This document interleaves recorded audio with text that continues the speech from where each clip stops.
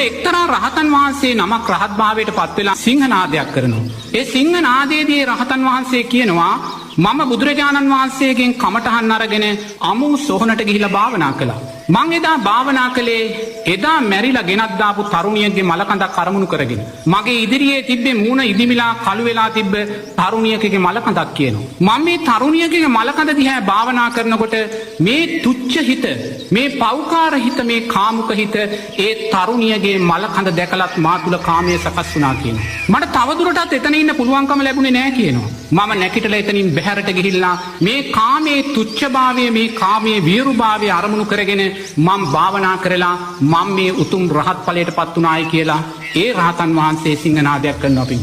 ඒතර බලන්න එහෙනම් ස්ත්‍රියගේ මලකඳ කියන්නේ කාමයට අදාළ මෙවලමක් කියලායි මෙතනින් පැහැදිලි වෙන්නේ. ඒ නිසා බුදුරජාණන් වහන්සේ කාන්තා පක්ෂයට අනිවාර්යයෙන්ම හේතුව නිසා, කාන්තා ස්ත්‍රීත්වය නිසා බරපතල සිල්පද රාශියක් අපිට පනවලා තියෙනවා.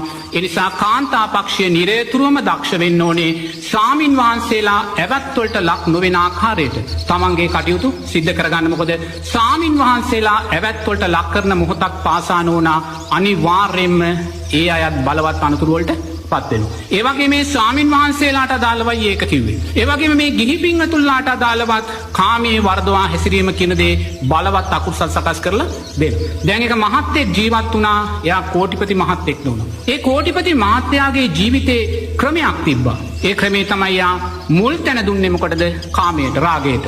දෙවෙනි තැන දුන්නේ මොකටද? ව්‍යාපාරයට. තුන්වෙනි තැන දුන්නේ මොකටද?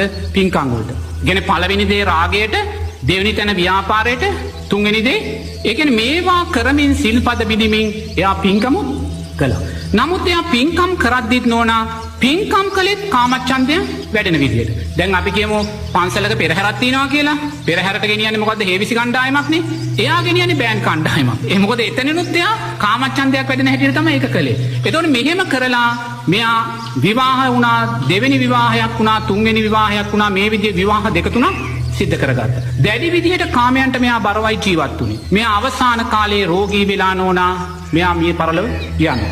එතකොට මෙයා මිය පරලොව ගියාට පස්සේ අපි දන්න ස්වාමින් වහන්සේ නමක් උතුම් සමාධියෙන් අරමුණු කරලා බලනවා මේ මහත්තයා නැවත උපදුනේ කොතනද කියලා. එතකොට ඒ ස්වාමින් වහන්සේ දකිනවා මේ මහත්තයා ස්ත්‍රීත්වයක් ලැබලා ගැහැණු දරුවෙක් වෙලා උප්පත්තිය ලැබලා. ඒ කියන්නේ බලන්න කාමයේ වරදවා හැසිරීම එක ජීවිතයක තුලදීම ඊළඟ ජීවිතේදීම ස්ත්‍රීත්වයක් ලබා දීමට තරම් ප්‍රබල බලවත් භාවය ලැබුණා. එහෙමනම් දැන් කෙනෙකුට හිතන්න පුළුවන් අනේ කමක් නැහැ. ඒ මහත්තයා කාන්තාවක් වුණානේ ප්‍රශ්නයක් නැහැ නේද? නමුත් නෝනා බලවත් භාවයේ තියන්නේ මෙතනයි. මොකද එයා ස්ත්‍රීත්වයක් වුණා කියන්නේ අනිවාර්යයෙන්ම දැන් පෙර තියෙන අකුසල් යාරික විපාකෙට එනවා. දැන් ඒ විපාකෙට එන්නේ කොහොමද? මට මතකයි මම දවසක් ධර්මදේශනාවක් කරන්න යද්දී මගේ යන වාහනේට මීටර් 100ක් විතර ඉස්සරහින් ත්‍රිවිල් එකක් නතර කළා. ඒ ත්‍රිවිල් එක ලොකු ගේට්ටුවක් තියෙන මේ ආයතනයක් ළඟ නතර කළේ. ත්‍රිවිල් එකෙන් බැස්ස ගෑනු ළමෙක්, එයා අවුරුදු 15ක වගේ ගෑනු ළමෙක් ඉස්කෝලේ යන බෑග් එකක් තමයි ඇඟේ දාගෙන හිටියා. දික්කල්සමක් ඇඳලා හිටියේ. නමුත් ඉස්කෝලේ යන බෑග් එකක් ගාගෙන ඉන්නකොට මම අර මීටර් 100ක් විතර පරතරය තුල මං හිතුවා අනිවාර්යයෙන්ම මේක මේ උපකාරක පන්තියක් එහෙම නැත්නම් ජාත්‍යන්තර පාසලක් වෙන්නේ නැති කියලා. මොකද පාසල් දරුවෙක්නේ. නමුත් දැන් ත්‍රිවිල් එකේ ආව බස්සලා ගියා. මගේ වාහනේ එතනින් එනකොට මම මේ පැත්ත බලද්දී ඒක මොකද්ද? සංචාරක නිවාසයක්. තේරෙනවද? ඒ කියන්නේ ළමා ගණිකාවක්. තේරෙනවද? නමුත් ඒ ළමා ගණිකාව දකිද්දී මට එක මොහොතක්වත් අනේ අපොයි කියලා හිතුනේ නැහැ. මොකද ඒක සංස්කාරයක්. මොකක්ද මේ සංස්කාරය? මේ ළමා ගණිකාව කියන්නේ කවුද? පෙර ජීවිතේ කාමයේ වර්ධවා හැසිරිච්ච පිරිමි කෙනෙක්. ඒතර කාමයේ වර්ධවා හැසිරීලා එහි විපාකයට යා මේ ජීවිතේ ගෑනු කෙනෙක් බවට පත් වුණා. ඒතර කාමයේ වර්ධවා හැසිරීලා යා ගෑනු කෙනෙක් බවට පත් වෙනකොට මොකද වෙන්නේ?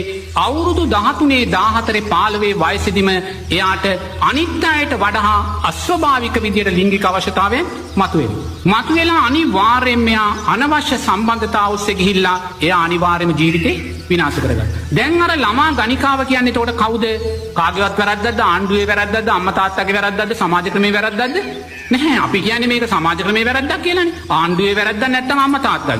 මේ ළමා ගණිකාව දකිද්දි මට නම් ඒක දශමයක්වත් අනුකම්පාවක් හෝ විවේචනයක් සකස් වුණේ නැහැ. මොකද මේ ළමා ගණිකාව දකිද්දිම මම දැක්කේ පෙර ජීවිතේ කාමයේ වර්ධව හැසිරිච්ච පිරිමි. ඒ පිරිමියා ස්ත්‍රීත්වයක් ලැබුවා. තරුණ කාලයේම අස්වභාවික ලිංගික අවශ්‍යතාවයන් මතුවෙනවා. එයා විවාහයට යන්න ඉස්සෙල්ලා අනිවාර්යයෙන්ම විනාශයට පත් වෙලා තමයි යන්නේ. අවසානයේ ගණිකාවක් බවට පත් වෙනවා. ගණිකාවක් බවට පත් වෙලා සිද්ධ කරගන්නා වූ අකුසල් නිසා අන්න තුන්වෙනි භවයේ තමයි යාට නිරේට අදාළ සංස්කාර. දැන් දෙවෙනි භවයේ නිරේට අදාළ සංස්කාර සකස් වුණාද? නැහැ. දෙවෙනි භවයේ ස්ත්‍රීත්වයක් ලැබුවා මනුස්ස ජීවිතය සුගතිය. නමුත් දෙවෙනි භවයේ මනුස්ස ජීවිතයයි තුන්වෙනි භවයේ ආව නිරේට අදිරෙන් අදිරට නිරේට දාන්න. එතකොට එහෙනම් බලන්න ඒ ළමා ගණිකාව දකිද්දිත් මං කවදාකවත් ඒ දරුවාට අසාධාරණයක් වෙලා තියෙනවා කියලා දැක්කේ නැහැ. මොකද ඒ දරුවා මේ මොහොතේ ඉඳන් මොකද්ද කරන්නේ? තව සිල්පද බිඳ ගන්නවා. මොනවද බිඳින්නේ? සොරකම කියන සිල්පදේ බිඳිනවා, මත්පැන් බීම කියන සිල්පදේ බිඳිනවා. මේ සියලුම සිල්පද බිඳීම නිසා අනිවාර්යයෙන්ම යාගේ ඊළඟ ජීවිතේ අන්න සැබෑ සතර පායට වැටෙන තැනට එනවා. එහෙනම් මේ මොහොතේ මේ ලෝකයේ තුල ක්‍රියාත්මක මේ ගණිකා වෘත්තීන් වේවා, ව්‍යාපාර වේවා, ළමා ගණිකා වේවා, මේ සෑම දෙයක්ම කර්මය කර්මඵලයක කැඩපතයි අපි දකින්නේ. ඒ කර්මයේ කර්මඵල කැඩපත දකිද්දී අපි කාවවත් විවේචනය කළා වැඩක් නැහැ. කාවවත් විවේචනය කිරීම නෙමෙයි කළ යුත්තේ. අපි ධර්මයේ තුල සිල්පද තුල ආරක්ෂා වෙලා සුරක්ෂිතභාවයට පත් වෙලා ඒ විෂමභාවයෙන් මිදෙන බවත්, ඒ වගේම මේ සංස්කාරවල තියෙන කටුකභාවය දැකලා සංස්කාරයන් කෙරේ කලකිරීම ඇති කරගන්න බවත් තමයි අපිට කරන්න තියෙන්නේ.